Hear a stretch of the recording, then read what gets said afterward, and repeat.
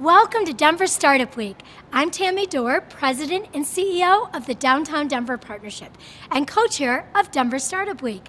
This year marks the 10-year anniversary of Denver Startup Week. DSW has been the catalyst for lots of change over the past decade. And this week, we're coming together to celebrate the past and dream big for the future. We are able to bring Denver Startup Week to this community thanks to our 2021 sponsors. Thank you to our HQ and title sponsor, Amazon, and our title sponsors whose leadership makes this week come to life. Capital One Cafe, Downtown Denver Partnership, Fluid Truck, Hotel Engine, and WeWork. And our track sponsors who have made all of the great content you're hearing today possible, our founder track sponsor, Kickstart, growth track sponsor, Friday Health Plans, developer track sponsor, Quizlet, product track sponsor, Palantir, our designer track sponsor, Battery 621, and the Public Works, people track sponsor, Exactly, and spotlight event sponsor, Strat Labs. Our headline event sponsors are bringing the excitement to the week. Thank you to B-Side Fund, Colorado Public Radio, Comcast, Coors Brewing, Denver Pavilions, Entrepreneurship at the University of Denver, JP Morgan Chase, Method, Moss Adams, Pi Insurance, Promontory Mortgage, Path, Southwest, Tattered Cover, and VF Venture Foundry. Finally, thank you to our partner and member sponsors, all listed on the screen. Please say thank you to these companies as you enjoy our hybrid Denver Startup Week. And don't forget, use the hashtag DenStartupWeek to share your experiences and moments of inspiration on social media. Have a great week.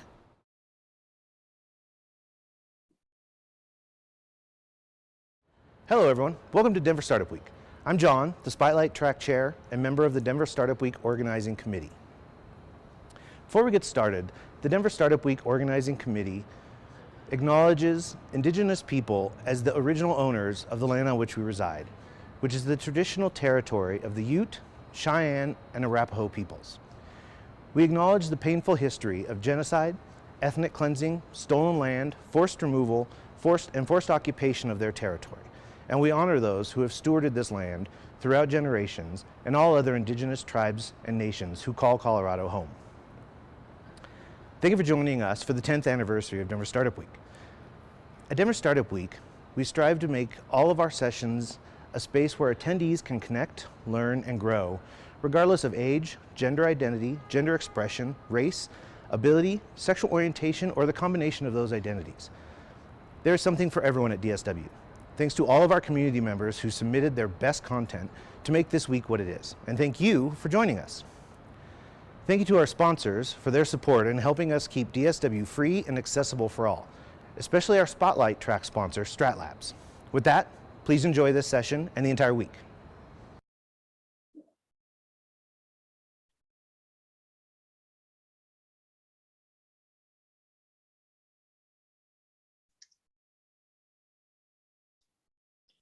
Great. Thank you so much, everybody, for joining us today for this panel discussion, LGBTQ Disruptors. We are here today with a couple individuals who have some great insight to tell you. And this panel is being put on by the Queer Business Alliance, a Denver local nonprofit. And we really have this vision of every queer thriving in their dream career. So we hashtag career queers. You can use that throughout the session today and into the future to grab our attention on social media. And we're really trying to create an alliance in the community to queer business. So I'm going to start sharing my screen. Give me 1 second while we switch things over here. All right. Can everybody here see that? Awesome. We got that up and going. Great. Feel free to use the chat as we go as well. That is a great tool. You can introduce yourself in the chat, use it to interact with the panelists and myself, whatever you need there.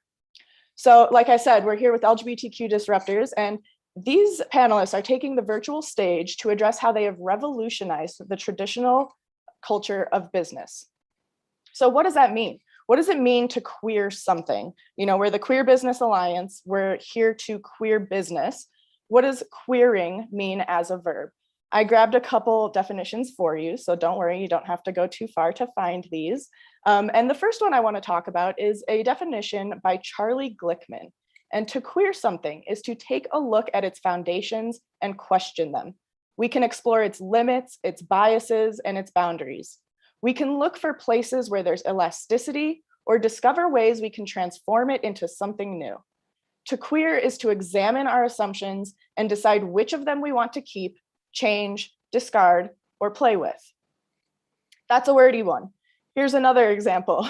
Definition of queering to verb is to challenge the dominance of heterosexist discords. So that's what we're doing here today in this panel. We want to discuss how the queer community naturally creates leaders, business owners, and disruptors. LGBTQ folks do business differently and bend the business binary. LGBTQ folks this panel of LGBTQ folks examines how and why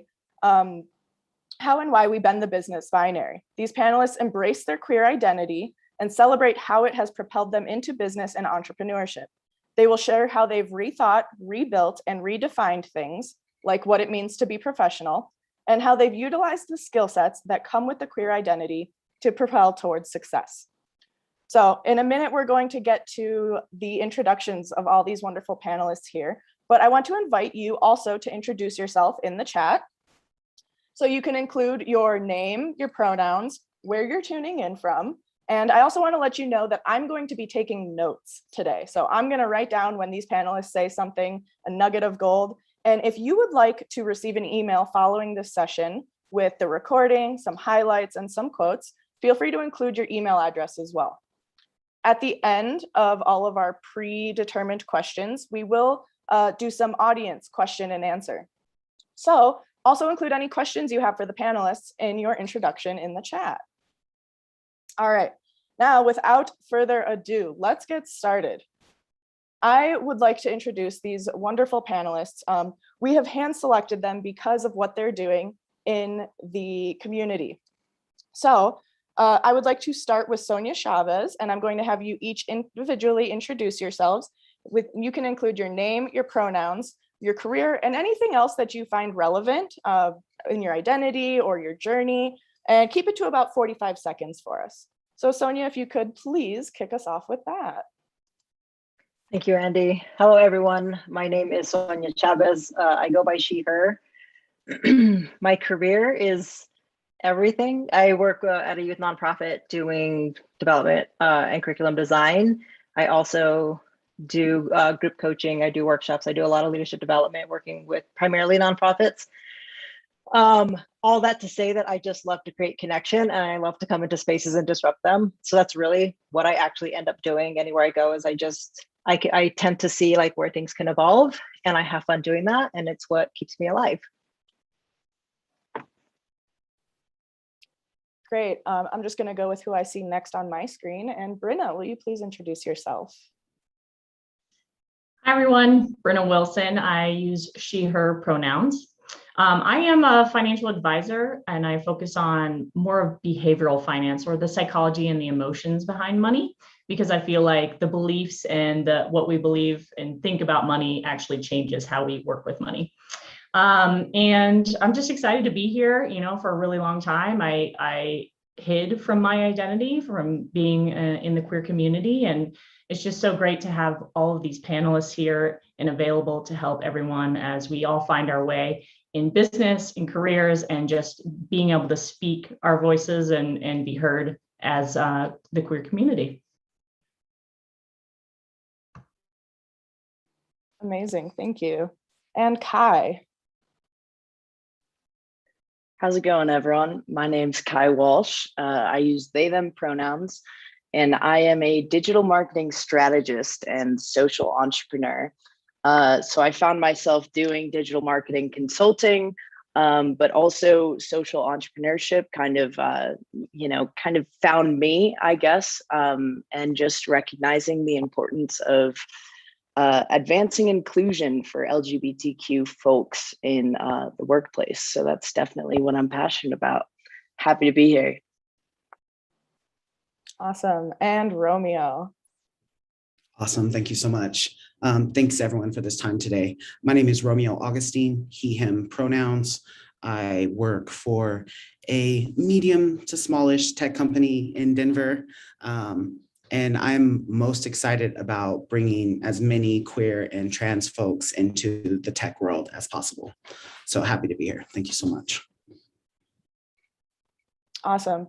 Thank you all so much for being here and participating as panelists and sharing not only your stories, but being vulnerable, especially in this hybrid format. It's a little different than all of us gathered in a room. So I do want to acknowledge you taking your time, your effort, and energy to share with us today. And I completely forgot to introduce myself, I realized, in the chaos of switching over. My name is Andy Schumacher, and I have the privilege of serving as the chairperson of the board of directors for the Queer Business Alliance.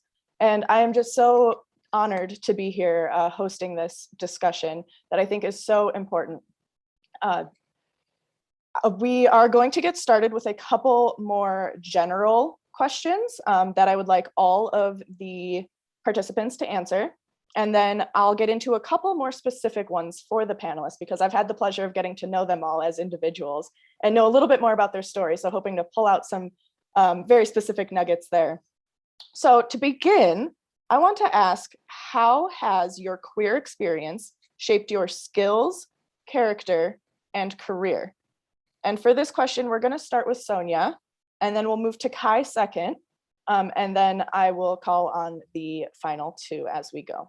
So again, that is, how has your queer experience shaped your skills, character, and career? And let's kick it off with Sonia, please. Thank you, Andy. That's like three separate questions, really. I think my career experience, because I actually have a military/government background where I actually spent most of my young adult and mid-adult life in very conservative spaces with people who thought very different from me. So I think how it shaped my experience was, it forced me to own who I was, because my only option was own who I was, get out of that space, or be miserable. So it really made me step into my identity. But it also made me incredibly compassionate because I got to know people who were very different from me. And I got to see the humanness of them when I worked every day around them. And knowing how different I was, I also got to break down a lot of barriers with others who had preconceptions about what it meant to be queer, and then they would meet me. And getting to be open in that way really showed me like how I know how to relate to almost anybody, is what I feel like. So I don't think I would have had that experience if it wasn't for being queer. Yeah, very well said. All right, Kai. So I think the queer experience within a professional setting, it's been very interesting for myself. I started out in an agency where I had queer leadership above me. And so that helped me really understand that it's okay to show up authentically to work. And I think that really set the standard for kind of the rest of my career, was identifying what I was willing and not willing to sacrifice, especially in regards to my values and my queer identity and showing up as myself. And I think also too, the cool thing about being queer and being a professional is, you know, there's this already this precursor to essentially establishing relationships with other queer people and the ability to network and introduce and support each other in this ecosystem. So I think that, and also just aligning yourself with yourself, you know, really being authentically true to who you are, but also understanding that you're allowed to prioritize your values with whatever you're doing in work, and understanding that, you know, other people, you'll find other people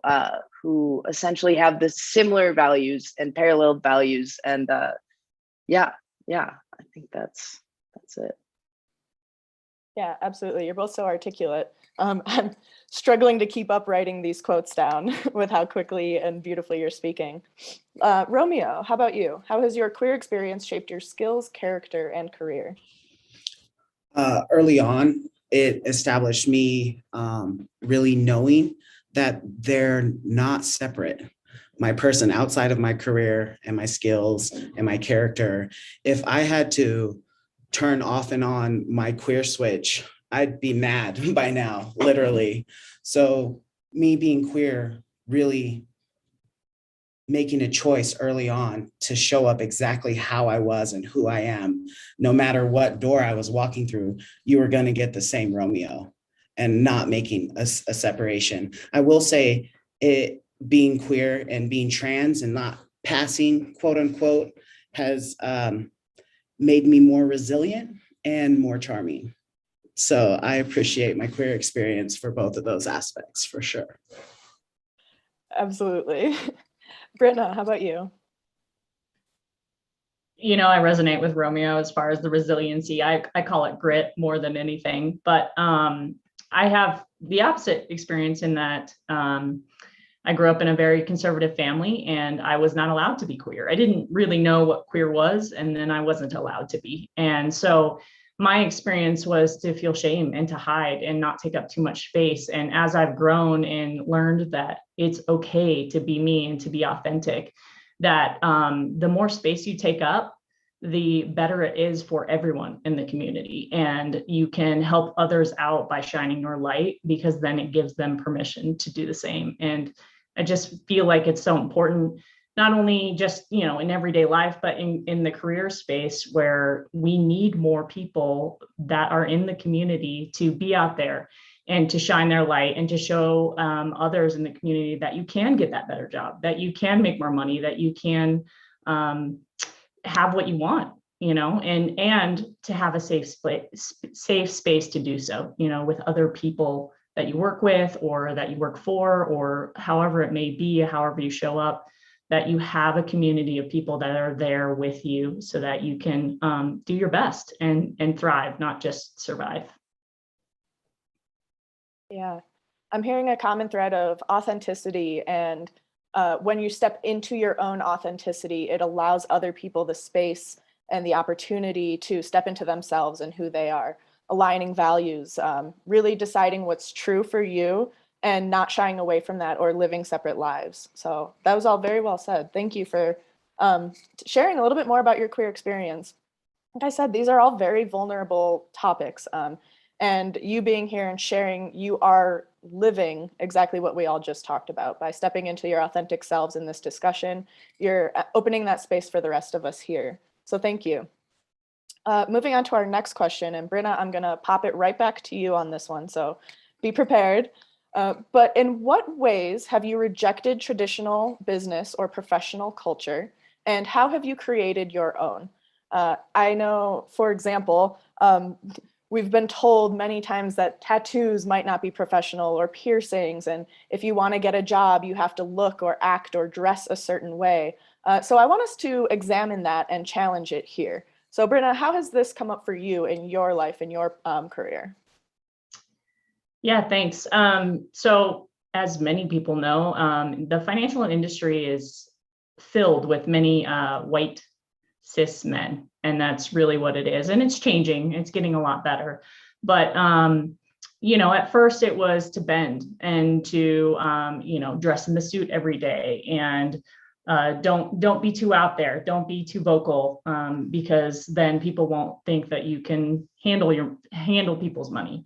But what I found is the more authentic I am and the more personal I get, then I can really connect with people and I can listen to them and find out really what makes them tick. And especially within the queer community, where people have been you know, challenged with making money or getting the careers or finding what they need.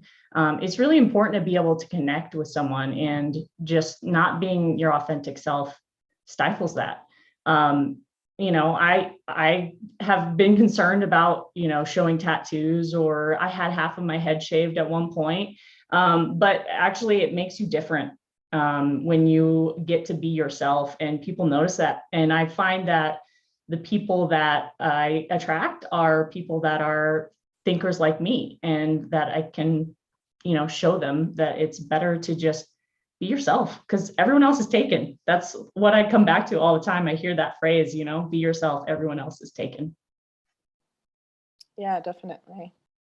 Romeo, you touched on this too in your previous answer about having if you had an on-off switch for your queerness, and how they're not separate. You embrace your identity across. In what ways have you rejected traditional business and professional culture and created your own?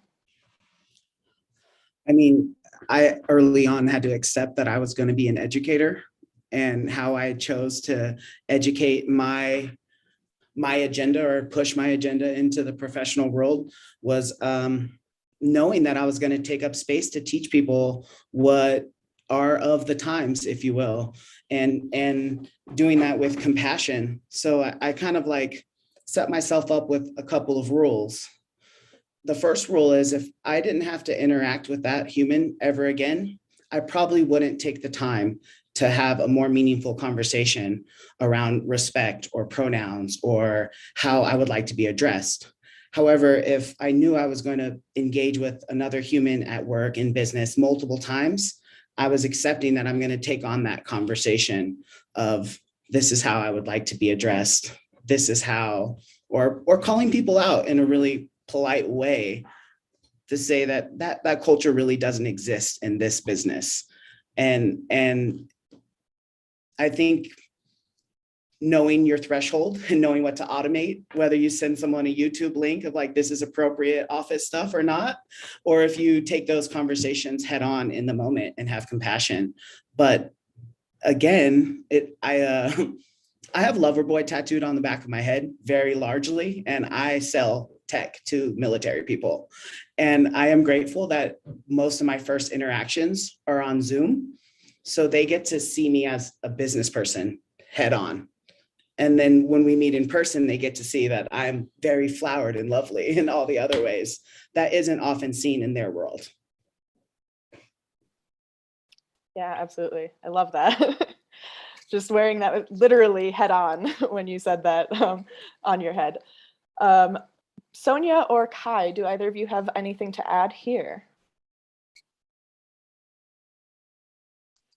I will say I love Romeo's having set agreements with the self, because I think that's where it all begins at the end of the day, is the more solid you are in who and how you're showing up, that has direct impact in how others show up with you. So I think all what this question really comes down to is owning your own identity in a really solid way. That's also what allows you to be compassionate when you engage with other people, because you don't need to come with defenses, because what matters most is who you're looking at in the mirror and what that person thinks of you. Starting from there, everything else is so much easier. And I think that's what this journey has allowed me to do, is to look at myself and to reflect back where I stand with me. And from there is how I can stand with others. I'd probably add to just business and professional culture and what it means to be professional.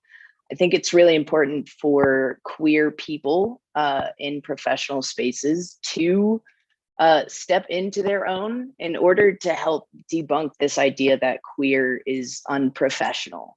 And about 2/3 of queer employees feel as though their queerness will somehow negatively impact their work. And I think that, debunking that and recognizing that actually you can allow yourself to be who you are and step into spaces as yourself. And the more that we do that collectively, the more we can really change the way business is seen today. Yes, absolutely. Moving into our next question, because it ties into this, and Romeo, this one's directed for you, because you have a unique title where you're the alignment coordinator in your at your tech job. And I'm curious how you evaluate if a client, contract, or situation is aligned, and what do you do when a situation becomes unaligned? So this can be in work very specifically, also in your personal life. Feel free to be organic with your answer here. Yeah, so there's a saying I used to hear a lot growing up in the neighborhood that all money ain't good money. And it's really the quality of your interactions and your relationships. So being a queer person and often coming as growing up from a place of scarcity, you want to make that business deal, you want to make that move, and you'll just go for it because it's presented to you, but it may not be in alignment. And I'm really focusing on getting out of that scarcity mode. And like when you have big things come to you, and settle yourself down and check if it's actually within alignment. And it can go from how people treat us in meetings, if they're willing to accept the very colored variation of folks who works on our team early on, and if they can get rid of some of their conditioning enough or make space for a new set of conditioning, if you will, and get on board. And so like the CEO of our company also goes by they, them. And some folks have a hard time gathering that one. And if it's third meeting in and someone can't get it, we're out of alignment. And that's when I come in and I will choose to have the conversation to make sure that everyone feels appreciated and respected while we're in this business relationship. And I think the most important aspect of that is having very clear expectations up front. And it's about putting your pronouns in your name in a meeting, or having a little video link at the bottom of your signature if you're curious, and setting up those expectations that there is a zero tolerance policy for anything but the utmost respect for anyone on our team, and making that our North Star. Yeah, that's really powerful. And I mean, I didn't even realize that a position like this could exist. And I wonder how many others are surprised by this, that there is a role for somebody to make sure that clients are in alignment, and that they, them CEOs are a real thing, and hiring folks to be in these roles. So I mean, that's really important work that you're doing. And Brenna, this next one is coming back to you. Andy, because, real quick. Yes. I wanted to call out one thing that Absolutely. you said. You said you didn't know that positions like this exist. Mm-hmm. We created it. And that's the one common denominator of all businesses, is that they're driven by human beings. So if you see something that doesn't exist and you need it to, create it. Yes. Highly, 10 out of 10 would suggest that. And I won't cut it anymore. No, that's perfect. And rest of you panelists, this is a discussion. So feel free to pop in and comment on things, or if you have a follow-up question for one another, we can definitely interact here.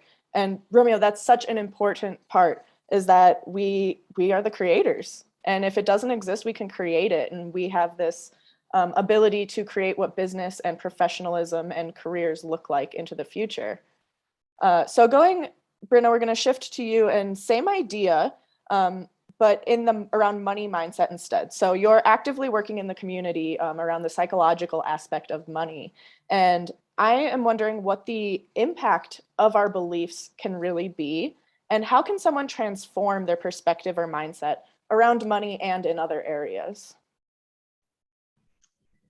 Yeah, well, actually, what Romeo said about creating it, sometimes we think, well, life is a game in a way, right? You play by the rules and you get to a certain point, but at the same time, we get to create our own rules. And I think that we in the queer community haven't done a great job, because we've been stifled for so long that we now realize we have the power to change how the rules go, and we can make our own rules and we can create what we need. And so, coming from all places in the community where people are kicked out of their houses, and two women earn less than men, it's changing, and having to explain your pronouns or even be called with the right pronouns. We kind of shy away from what we actually feel like we can do and creating what we want. And so we forget that there are other places out there that we can get what we need, get the help that we need. And whether that be at a tech company that has a CEO that uses they, them, or, finding a community of people that can help lift you up and support you. And I think that's getting better, but that all comes down to our beliefs. Do we believe that we are worth it? And that has to do with money, with anything. Do we believe that we're worth finding a career that aligns with us and that we find joy in? Do we believe that we're worth charging more money for our services in our business? And what we were taught as kids impacts that. And what we hear from other people impacts that. So it's really important to surround yourself with a community of people that can, challenge you when you need to be challenged, but also support you and are like-minded in thinking about money in a certain way, or even just careers in a certain way. And that's one reason why I love the Queer Business Alliance, because there's a lot of like-minded individuals there just trying to raise people up and to give everyone better ideas and resources. I don't know if that answered your question, but that's kind of really what it's all about, is believing in yourself and believing that you're worth it so that you can then change the rules of the game. Yeah, I really like when you said we can make our own rules. It reminds me of the book Wolfpack by Abby Wambach, where she writes a bunch of her own rules. And like Romeo said, where we can create these things, and all of this comes with queering business. When we really sit down and examine and question everything, what do we want to stick? What do we want to change? And what do we want to get rid of? Sonia, Kai, Romeo, do any of you have anything to add on that in terms of mindset, believing in yourself, the impact of your beliefs? I will say that, like, right now, the way that we talk about it is as if queers have to do something. And I think it's actually the opposite. It's more about stop repressing yourself and allowing yourself to be who you are. And you will naturally queer business. You will naturally queer every aspect of your life. It's the work to repress yourself that's holding it back. I also think that there's this idea of like permanence. I saw the question in the chat that's how do you navigate discovering where you are in the LGBTQ plus community while also being an advocate for it? And I think the easiest answer is that it's not one and done. You don't have to just decide where you're at on this beautiful spectrum. It's a closet. Go in, change something, put something on, take something off. And really just holding on to that, it's fluid and you can show up how you need to show up when you need to show up that way. And don't pigeonhole yourself into a box or a position within this spectrum of community that could be new to a lot of people.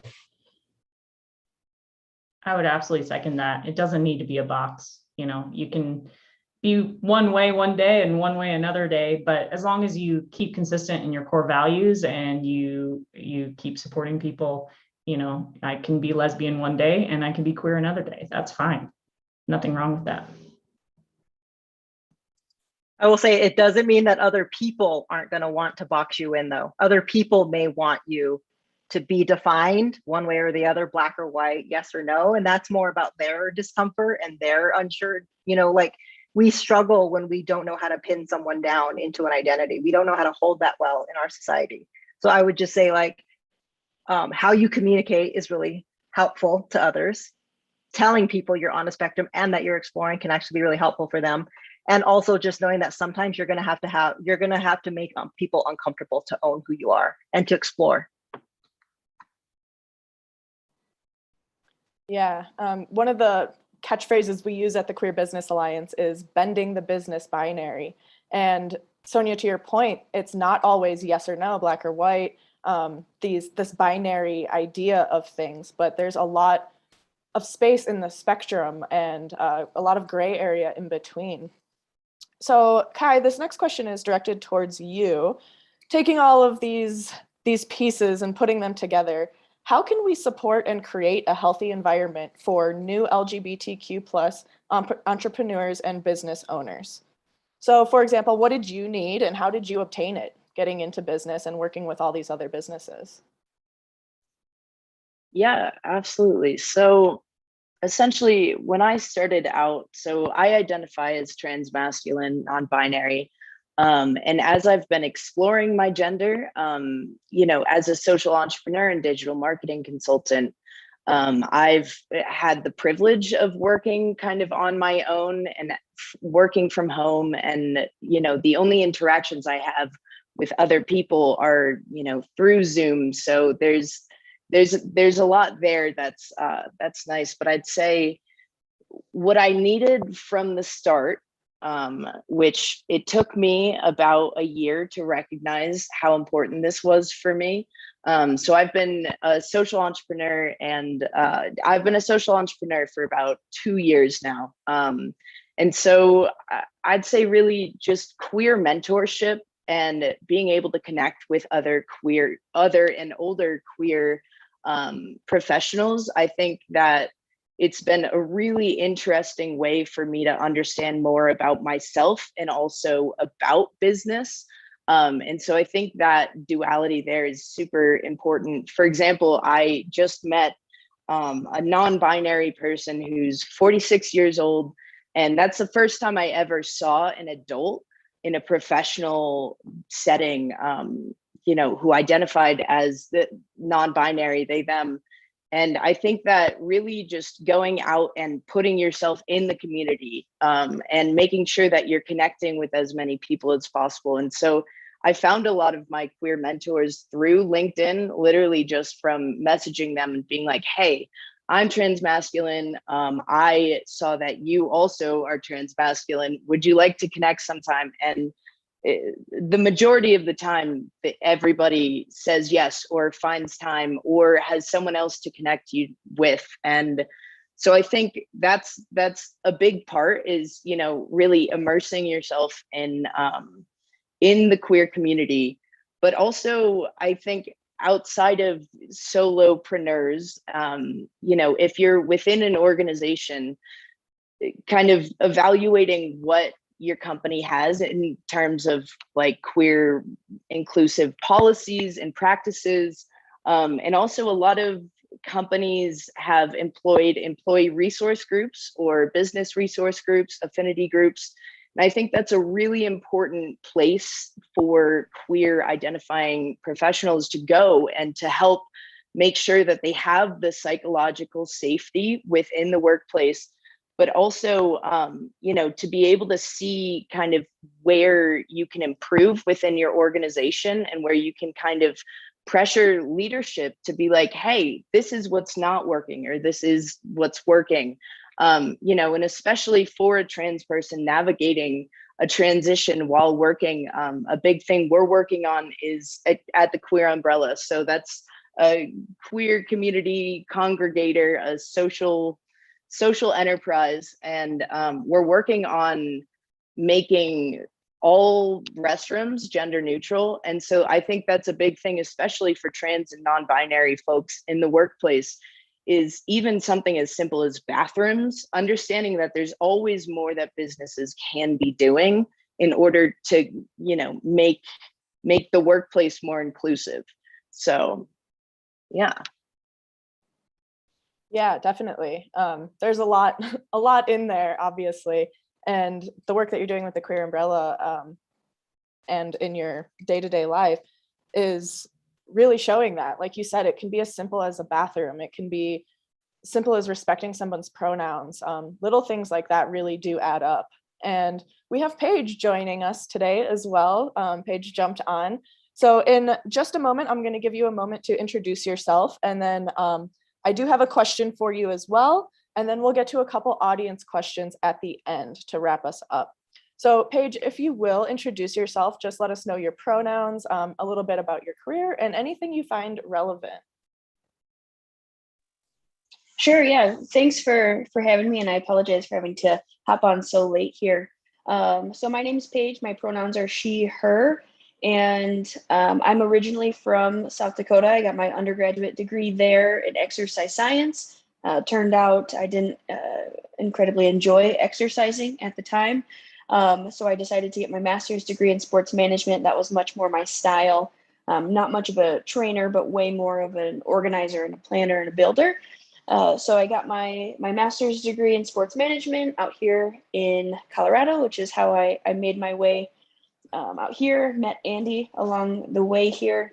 And I recently dove headfirst into entrepreneurship again. I feel like I've been an entrepreneur since I was 7, and I built my own lemonade stand out of some scrap wood that I found.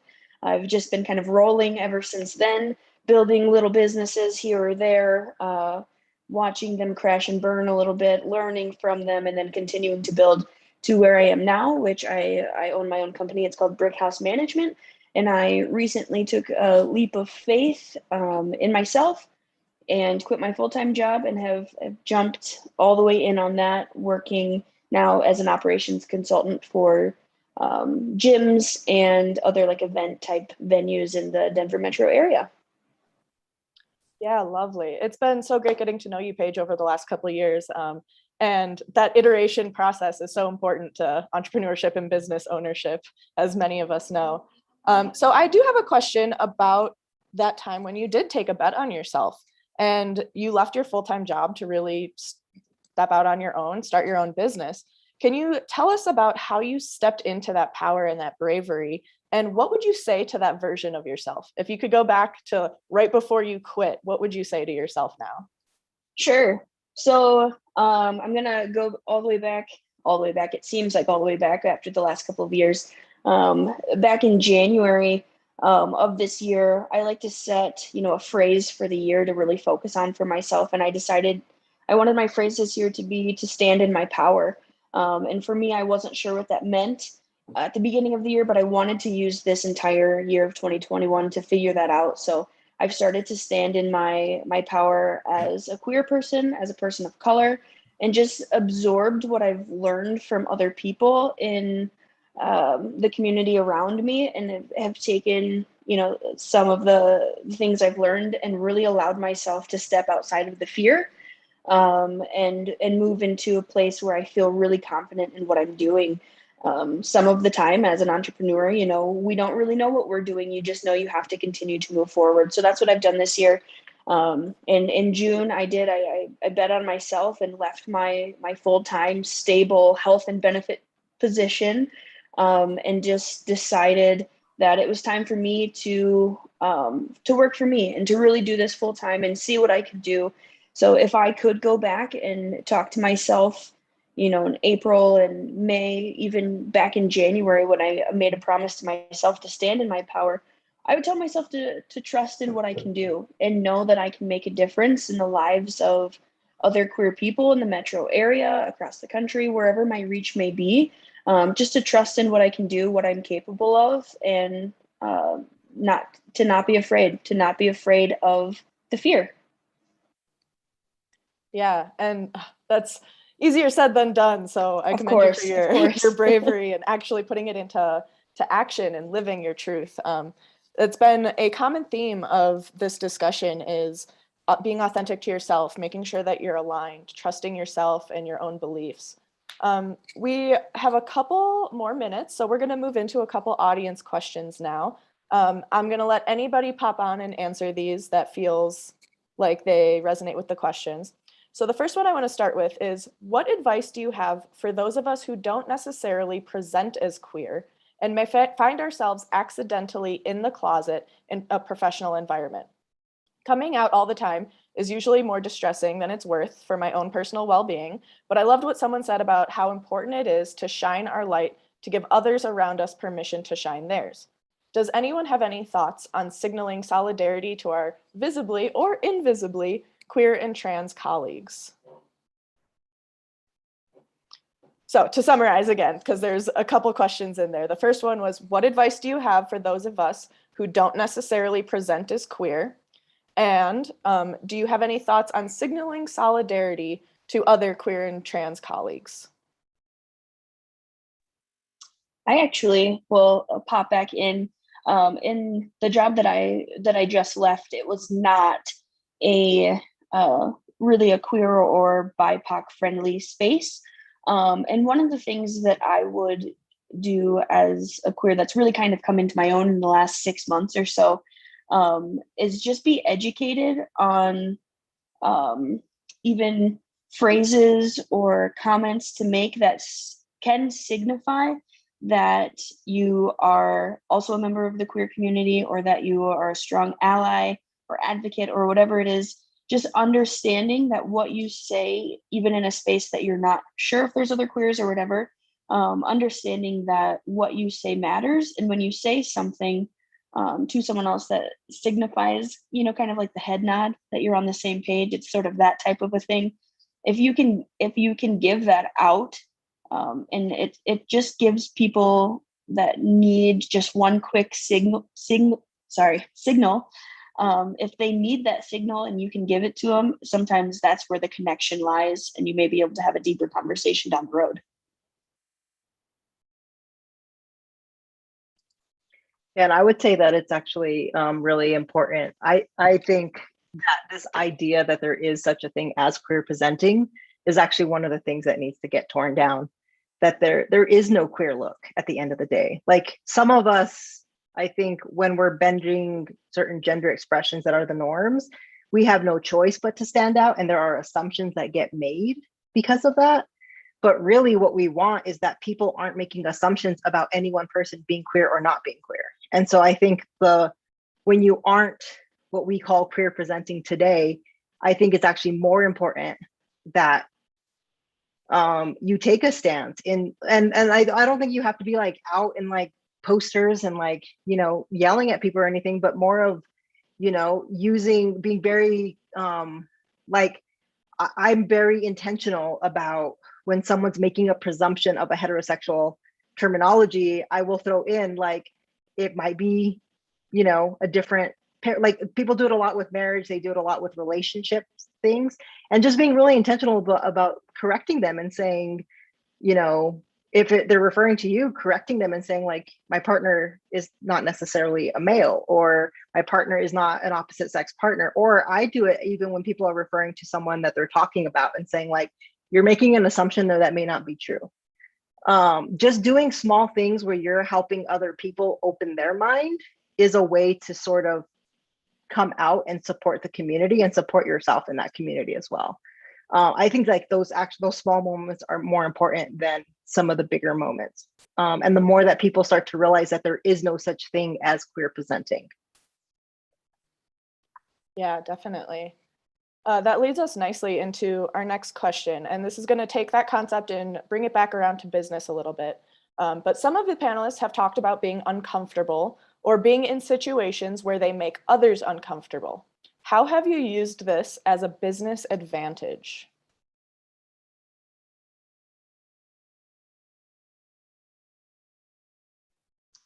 I can take that. Most of my clients are in the queer spectrum and the LGBTQ plus community. And that's an advantage for me because I know what it's like to be in the community. I know when somebody says my partner, that I don't automatically assume what their gender is. And so that is a huge advantage for me because then I can relate to people. And it does make some people uncomfortable when I go to networking groups and I say, hey, I typically work with people in the LGBTQ plus community, but then I also get questions, and it's just allowing the community to be more visible and for people to see that we're not professional, as Kai mentioned earlier, that you can be professional and be in the queer community. And it's still not comfortable for me. I will say there are many situations where I'm still not totally comfortable being absolutely authentic, but that's okay. I had a life coach tell me one time, sometimes you play the game and you want to be safe. And then other times you can be a little bit more yourself. But if you just take one small step at a time, you can really use it to your advantage, to the community's advantage, though, is really what it comes down to, is helping everyone else out.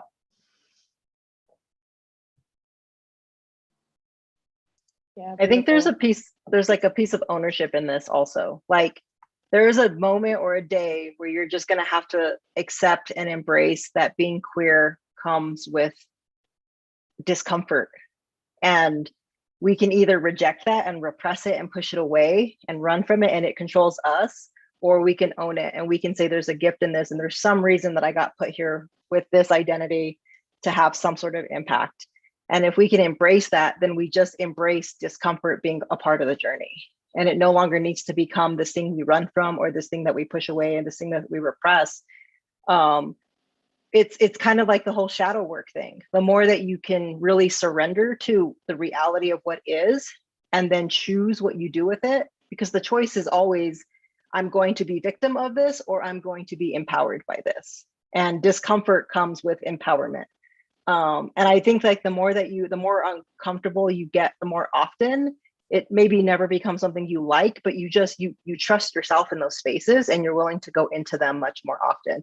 And there's not a lot of people that can sit in those spaces. So it naturally makes you stand out, and you get to hold connection with people in a way that's different and deeper. And to me, like that's a payoff.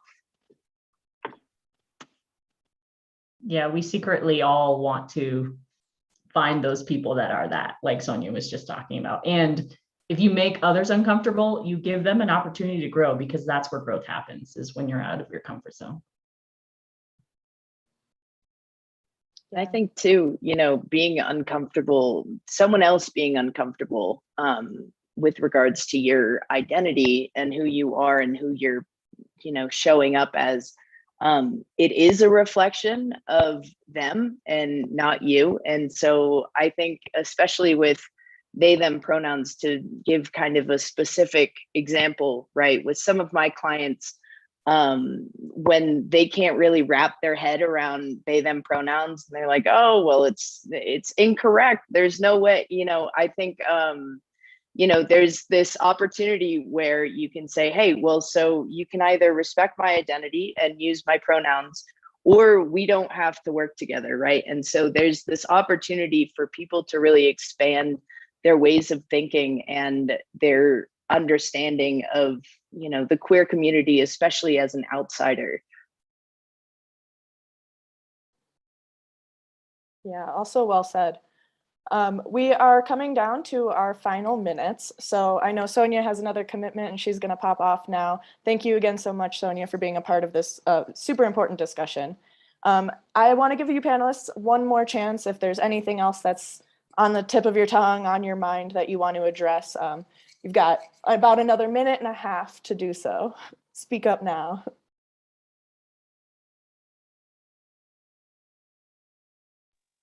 I'll hop in one last time, just as a bit of encouragement. If you're listening right now and you're looking for that sign that maybe it might be time to take that next step, let this be your sign. Let this be your moment to really believe in yourself and know that you can do it. I have a saying it's that I live by, and it's not really intellectual, but it's just, we'll figure it out. Whatever it is, whatever you want to do, just do it. Just start and then figure it out. That's how all new companies, new businesses start. When you're an entrepreneur, you're not sure what you're doing. Just start and then figure it out. And that's the biggest bit of advice that I could give. The biggest bit I wish someone would have told me, 15 years ago, 25, 30 years ago, when I was selling lemonade. Just start and then you'll figure it out. I think that's a beautiful note to end on. Thank you all so much for participating in the panel discussion, for attending the panel discussion. Like I said, this is so important, and I just am so grateful for how you're all living your truth, living your authentic lives, and being that example for everyone. Thank you to Denver Startup Week for having us and putting on this panel. It's always a great week. Feel free to check out all of the other sessions. Everything is free, and it's one of the largest, best events of its kind. Furthermore, thank you to the Queer Business Alliance. The nonprofit has been going through a lot of hard work to get aligned in mission and provide the resources and education and community that new LGBTQ plus business owners and professionals can really need. So stay in touch, follow us on social media, check out our website, and #CareerQueers. Stay in the loop. And again, thank you to all you panelists and everyone who attended. That's all we have for you today. Thanks, everyone.